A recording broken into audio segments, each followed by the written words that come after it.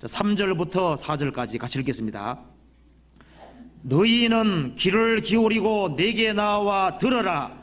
그리하면 너희 영혼이 살리라. 내가 너희에게 영원한 언약을 세우리니 곧 다윗에게 허락한 확실한 은혜니라. 내가 그를 만민에게 증거로 세웠고 만민의 인도자와 명령자를 삼았었나니. 이 말씀에서 너희의 생각과 너희 길을 버리라는 겁니다.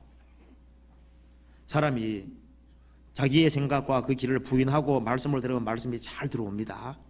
그래서 너희는 귀를 기울이고 내게 나와 들으라. 그리하면 너희 영혼이 살리라.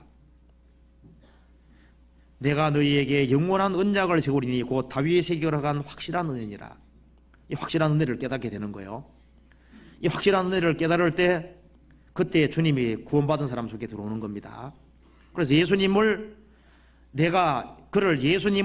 만민에게 증거로 세웠고, 예수님은 모든 사람에게 믿을 만한 증거입니다. 예수님을 만민에게, 모든 백성, 만민 속에는 우리도 포함됩니다. 만민에게 증거로 세웠고 만민의 인도자와 명령자를 삼았었나니. 그래서 자기의 생각과 자기의 길을 버리면은 주님의 은혜를 알게 되고, 예수님은 만민에게 믿을 만한 증거라는 걸 알 수 있습니다.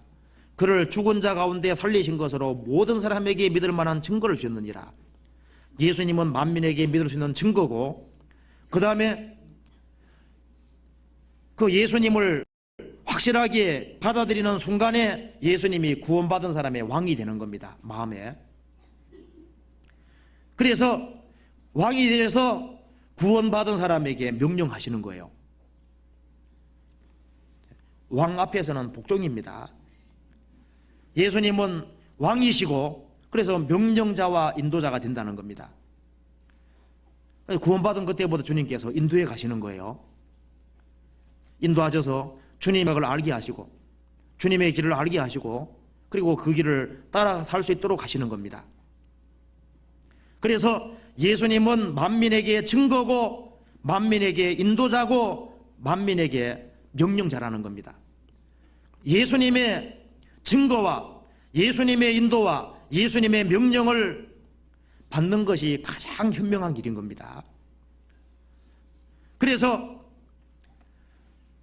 이 시편 55편에서 하나님의 생각 그리고 하나님의 길은 이것은 가장 완전한 길이고 완벽한 길이기 때문에 이 길을 벗어나는 것은 전부 다 망하는 길인 겁니다.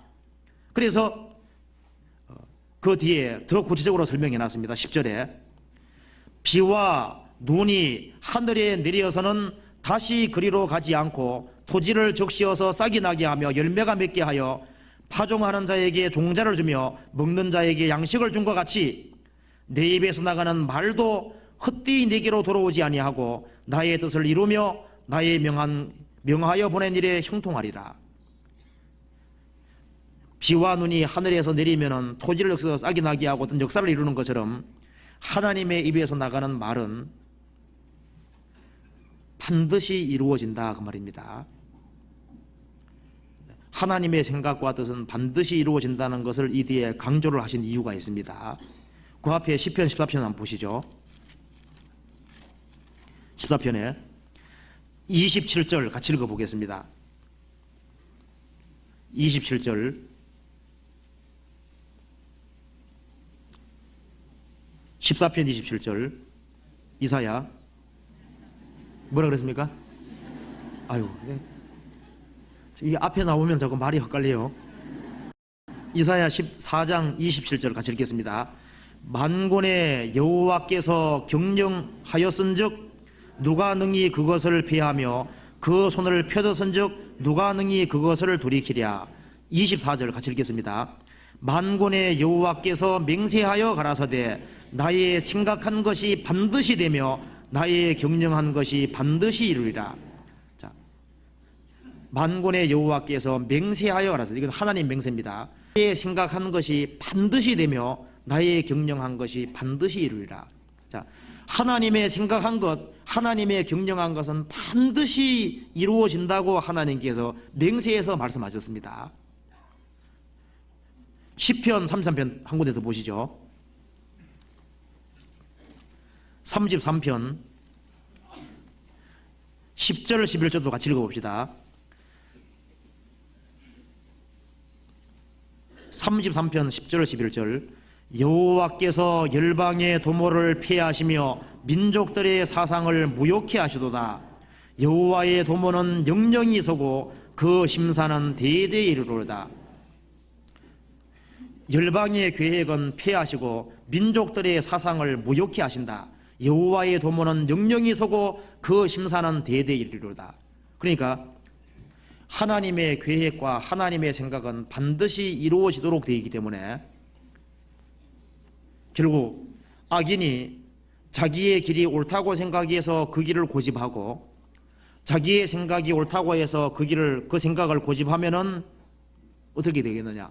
이루어지는 것은 하나님 말씀만 이루어질 텐데 하나님의 생각과 하나님의 길과 어긋난 길은 하나님의 생각과 하나님의 일과 배치되는 그 길은 완전히 망하는 길인 겁니다.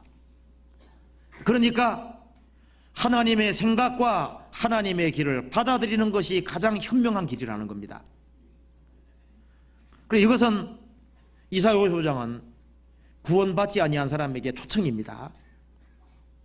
그래서 이사야 55장 내용을 잠깐 요약해 보자면요, 이사야 55장은 사람들은 이 세상에 태어날 때 하나님을 등지고 태어났습니다.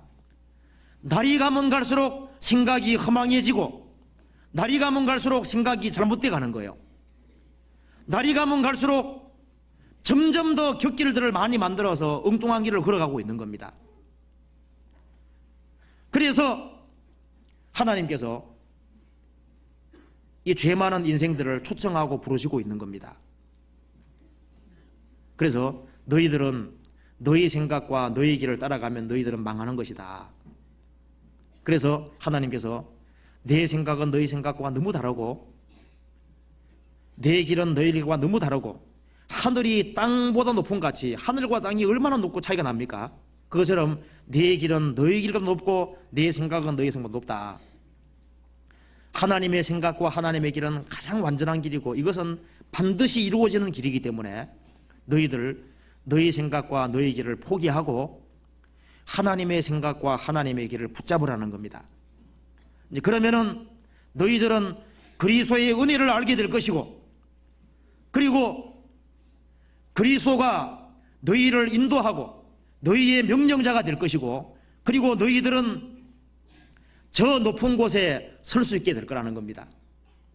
왜? 주님이 계신 그 세계에 설 수 있다는 거예요.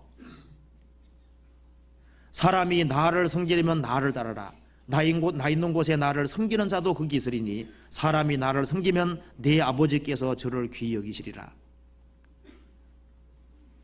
그래서 이 주님의 명령을 받은 사람, 주님의 길을 따른 사람은 틀림없이 저 위에 있게 되는 거예요. 저 위에 주님이 계신 그 세계 속에 있게 되는 겁니다. 근데 주님께서 이렇게 경고하셔도 주님의 길과 주님의 길을 생각을 따르지 아니하고 자기의 길과 자기의 생각을 고집하는 사람에게는 많은 슬픔이 있을 겁니다. 그것은 곁길이고 망하는 길이기 때문에 이 자기의 생각과 자기의 뜻을 고집하는 사람은 주님 은혜가 뭔지도 알 수도 없고 그리고 주님의 인도가 뭔지 주님의 명령이 뭔지 그걸 알 수가 없는 거예요.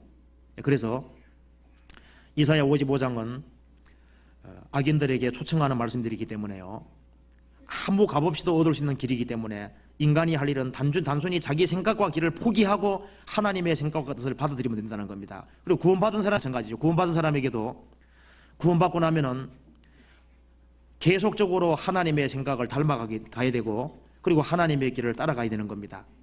그리고 이제 구원받고 시간 지나갈수록 주님의 그 길이 점점 밝아지고 확실해지는 거예요.